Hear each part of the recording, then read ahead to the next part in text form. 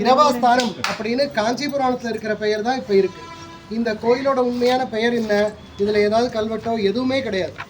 ஒரு கருவறை, அதுக்கு முன்னாடி ஒரு அர்த்த மண்டபம். இது வரையில் தான் இது ராஜசிம்மனோட காலம் அப்படிங்கிறது இந்த சிற்ப வடிவமைப்பு பற்றி நமக்கு தெரியும். இதுக்கு முன்னாடி இருக்கிற இந்த மண்டபம் எல்லாமே பிற்காலத்தில் கட்டப்பட்டது. இது எல்லாமே பிற்காலம். ஆனால் அதே மாதிரியான பிண்டிக்கல்ல கட்டியிருக்காங்க. இது பின்னாடி கூட இந்த மாதிரியான கற்கள் கிடச்சிருக்கு அப்படிங்கிறதுக்கு இதெல்லாம் எடுத்துக்காட்டு. இதில் பார்த்தீங்கன்னா விநாயகர், தட்சிணாமூர்த்தி அப்படின்னு பிற்காலத்தில் நம்ம கோட்டமூர்த்திகள் எப்படி பார்க்குறோமோ அதே மாதிரி இருக்குது. இது பார்த்தீங்கன்னா மேலே வரைக்கும் சதுரமாகவே இருக்கும். இந்த மாதிரியான விமானங்கள் கொஞ்சம் கஷ்டம்தான். சில விமானங்கள் தான் இருக்குது.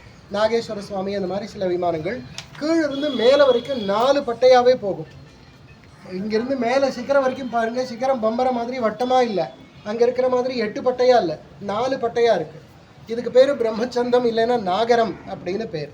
நாகர விமானங்கள் இப்படி நாற்கரமாக இருக்கும், இப்படி 4 பட்டையோடு இருக்கும். இதில் இந்த பக்கம் விநாயகர் காட்டியிருக்காங்க, மேலே ஒரு மகர தோரணம், அதுக்கு நடுவில் யோகாசனத்தில் சிவபெருமான். இங்கே தட்சிணாமூர்த்தி காட்டியிருக்காங்க. தட்சிணாமூர்த்திக்கு 2 பக்கமும் வழக்கமாக 4 முனிவர்கள் இருப்பாங்க, சனகாதி முனிவர்கள் அப்படின்னு நாம் சொல்லுவோம். ஆனால் இதில் 6 பேர் இருக்காங்க. நல்லா பார்த்தீங்கன்னா தெரியும். இதில் 2 பேர் வயசானவங்க, மீதி 2 பேர் அவரோட சிஷ்யர்கள் மாதிரி இருக்காங்க. அதனால சிவகணேசமூர்த்தி அப்படின்னு ஒரு ஆய்வாளர் என்ன பண்ணியிருக்காருன்னா, இது ஜெய்மினி, இது வியாசர் கூட ஆதிசங்கரர் அப்படின்னு அவர் ஐடென்டிஃபை பண்ணியிருக்காரு.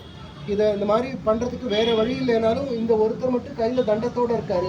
இந்த மாதிரியான ஒரு அமைப்புக்கு வேறு எந்த விதமாகவும் நம்மளால் விளக்கம் சொல்ல முடியல. இது வரைக்கும் அந்த மாதிரி ஒரு விளக்கம் வந்திருக்கு அப்படிங்கிறது தெரிஞ்சுக்க வேண்டியது.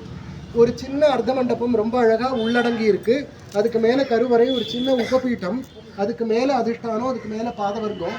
மேலே பார்த்தீங்கன்னா ஒரு கர்ணக்கூட்டம், ஒரு சாலை, ஒரு கர்ணக்கூட்டு, நடுவில் எல்லாமே நாசை கோஷ்டமாக காட்டியிருக்காங்க. ரொம்ப அழகான ஒரு இருதள விமானம் இது. 2 தளம் இருக்கக்கூடிய விமானம் இது. ரொம்ப அழகான விமானம். இதே மாதிரி இதுக்கு ஆப்போசிட்டில் பிரவாஸ்தானம்னு ஒன்று இருக்குது. அது இதை விட ரொம்ப சின்னது. அதையும் நம்ம பார்க்கலாம். இங்கே பின்னாடி இருக்கிற சிற்பங்களை பார்க்கலாம். இது 3 தள விமானம். 2 தளம் இல்லை, 3 தளம் இது. இங்கே நடுவில் சரியாக மேற்க சந்தியா நிருத்த மூர்த்தியை காட்டியிருக்காங்க. அந்த பக்கம் ஒரு கஜசம்ஹார மூர்த்தி, இந்த பக்கம் ஒரு பிக்ஷாட்டன மூர்த்தி. இதெல்லாம் நம்ம அங்கேயே பார்த்தோம். அதே சிற்ப வலுவமைதி அதே மாதிரியே இருக்குது. 2 பக்கமும் 2 ஆயுத புருஷர்களை காட்டியிருக்காங்க. நீங்கள் பல்லவர்களோட குடவரை காலத்துலேருந்து பார்த்தீங்கன்னா ஒரு துவாரபாலகருக்கு மேலே 2 கொம்பு மாதிரி இருக்கும், இன்னொரு துவாரபாலகருக்கு மேலே ஒரு பிளேடு மாதிரி காட்டியிருப்பாங்க. அது சூல புருஷர், இது பரசு புருஷர். சூலமும் மழுவும் சூலமும் சிவபெருமானோட ஆயுதங்கள் அந்த 2 தான் அப்படின்னு சில பேர் சொல்கிறாங்க. சில பேர் நந்தியும் மகாகாலரும் அப்படின்னு சில பேர் சொல்கிறாங்க. இப்படி இந்த துவாரபாலகர்களோட வளர்ச்சி எப்படி குடவரையிலிருந்து வருது அப்படிங்கிறத பார்க்கலாம். இந்த வடிவங்கள்லாம் மிக சிறப்பானது. இந்த மகர தோரணத்திலேயே மேலே கந்தர்வர்கள்லாம் வர்ற மாதிரி காட்டியிருந்தால் அதுக்கு சித்திர தோரணம் அப்படின்னு பேர். இங்கே மேலே சித்திர தோரணமாக அமைச்சிருக்காங்க. நடுவில் யோகமூர்த்தி, யோகாசனத்தில் சிவபெருமான் அமைஞ்சிருக்கார். இப்போ அந்த பக்கம் பார்க்கலாம்.